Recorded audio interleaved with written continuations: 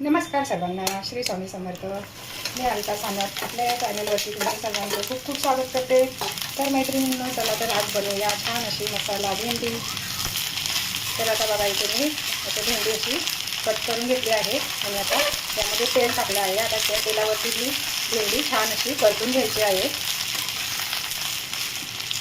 Gas थोडासा medium fast करत करत आपल्याला ही चांगली अशी परतून घेणार आहे मी.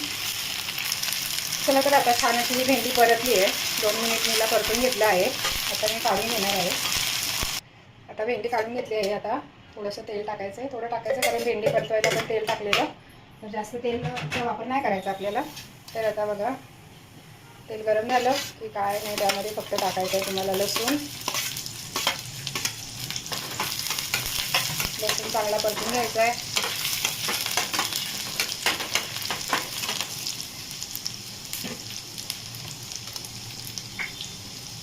लसूण चांगला परतला की टाकायचं त्यामध्ये कांदा.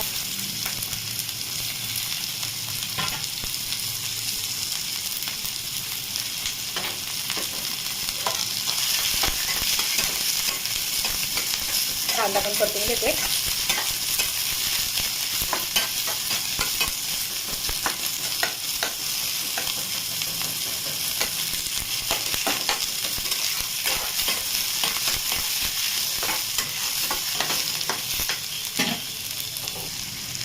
आता कांदा परततोय, त्यामध्ये टाकून घेते थोडंसं मीठ. मीठ टाकलं आता यामध्ये टाकायचे आपल्याला मसाले. इथे मी टाकते थोडीशी मिरची पावडर, थोडीशी हळद, थोडीशी धणे पावडर आणि थोडासा कांदा खोबरा मसाला. आता यावर आपल्याला टाकायची लगेच भेंडी.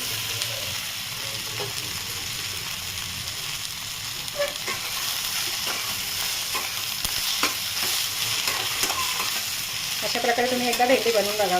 ज्यांना आवडत नाही ना, ते सुद्धा आवडीने खाणार ही भेंडी.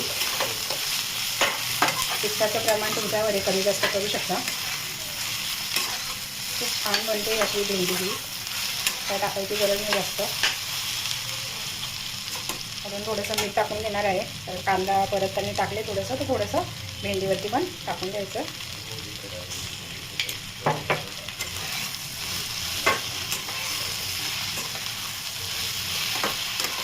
आता छान अशी 5-1 मिनिट शिजवून घ्यायची. तर बघा, 1-2 मिनिट झाले, तर मी आता यामध्ये टाकून घेते भाजलेल्या शेंगदाण्याचा कूट. आणि यावरच मी टाकणार आहे थोडीशी कोथिंबीर. आता हे आपल्याला आहे ना फक्त 2 मिनिट झाकून ठेवायचं आहे, कारण भेंडी थोडीशी शिजवायची आहे. तर बघा, 2-3 मिनिटं झाली आहे. आता ही भेंडी मी परत मिक्स करून घेते. मस्त असा सुगंध सुटला आहे. तुम्हाला जर शेंगदाण्याचा कूट नको असेल तर तुम्ही थोडंसं खोबरं टाकू शकता. नाही खोबरं टाकायचं तर तुम्ही अशी पण बनवू शकता. पण अशी एकदा नक्की तुम्ही बनवून बघा. खूप छान आणि खूप टेस्टी बनते. झटपट होणारी रेसिपी आहे. सकाळी टिफिनसाठी पण तुम्ही पटकन अशी बनवू शकता. भेंडीचा हा एक प्रकार तुम्ही नक्की बनवून बघा.